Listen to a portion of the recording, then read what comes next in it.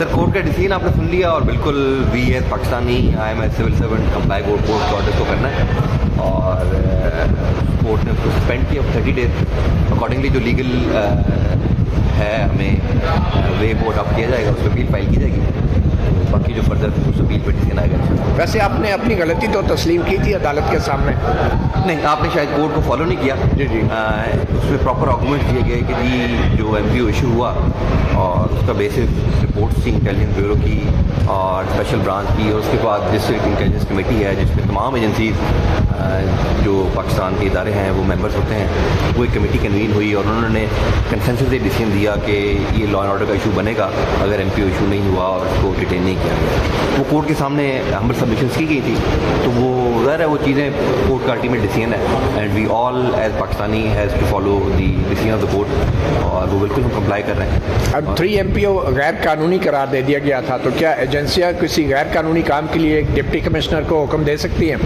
میرا خیال ہے آپ نے شاید اگین وہ آئی سی فالو نہیں کی, وہ جو ایم پی او سسپینڈ ہو گیا ہے تو اگین پاور آر بیک. دیکھیں بات یہ ہے کہ لیکن اس سے پہلے ہوا تھا یہ نہیں شہریار آفریدی کے کیس کی بات کریں. جی اس وقت سسپینشن تھی نہیں, اور اس کے بعد بھی جو کورٹ نے سسپینڈ کیا وہ بھی آئی سی اے میں وہ آرڈر. لیکن جب آرڈر جاری کیا کیا اس وقت وہ سسپینڈڈ تھا 3 MPO؟ نہیں بالکل. تو وہ غیر قانونی تھا, آپ مانتے ہیں؟ نہیں سسپینڈ نہیں تھا, میں یہی طور کر رہا ہوں. دیکھیں آپ نے یہی بات کی نا کہ پاور سسپینڈڈ تھے, میں وہی عرض کر رہا ہوں کہ پاور سسپینڈڈ نہیں تھے. جب پاور سسپینڈڈ نہیں تھے تو غیر قانونی کیسے ہو گیا؟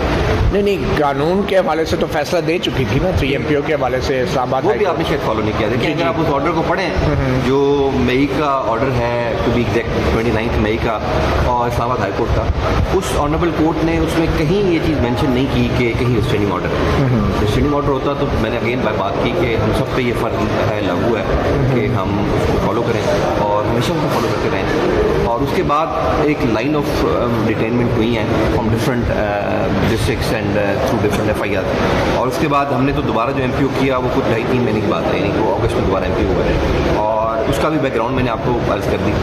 تو جو لیگل چیزیں اویلیبل تھی ہمارے پاس وہ ہم نے اس کو فالو کی ہے. کورٹ میں ہماری سبمیشنز بھی کی گئی اور آج کورٹ کا ڈیسیژن وہ بھی آپ کے سامنے آپ سارا فالو کرتے رہے ہیں. اٹ ہیز بین 7 months وہ جب انیشیٹ ہوئی تھی یہ کنٹمپٹ اگست میں ہوئی تھی اینڈ ٹوڈے از 1 March. تو لیگل جو ہمارے پاس. تو آپ یہ کہہ رہے ہیں کہ آج 3 MPO کے جو اختیارات ہیں وہ بحال ہیں اور آپ آج بھی انہیں استعمال کر سکتے ہیں؟ دیکھیں میں نے آپ سے عرض کی کہ وہ آپ نے خود بات کی کہ وہ بحال ہیں, آئی سی اے میں سسپینڈڈ ہیں.